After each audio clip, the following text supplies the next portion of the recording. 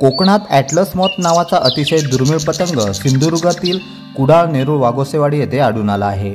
निसर्ग अभ्यासक रामचंद्र शृंगारे यांना हा भला मोठा पतंग नेरूळ वाघोसेवाडी येथे आढळून आला। आशियातील जंगलामध्ये आढळणारा हा एक मोठा सॅच्युरनिड पतंग असून हा 12 इंच एवढा मोठा आहे।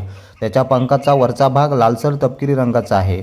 या पतंगाचे आयुर्मान कमी असल्यामुळे हे पतंग दिवसा विश्रांती घेतात आणि रात्री उडतात। हा पतंग दक्षिण भारत व श्रीलंकेत आढळून येतो। मात्र हा पतंग कोकणातील सिंधुदुर्ग जिल्ह्यातील कुडाळ नेरूळ गावात आढळून आल्यामुळे आश्चर्य व्यक्त केले जात आहे।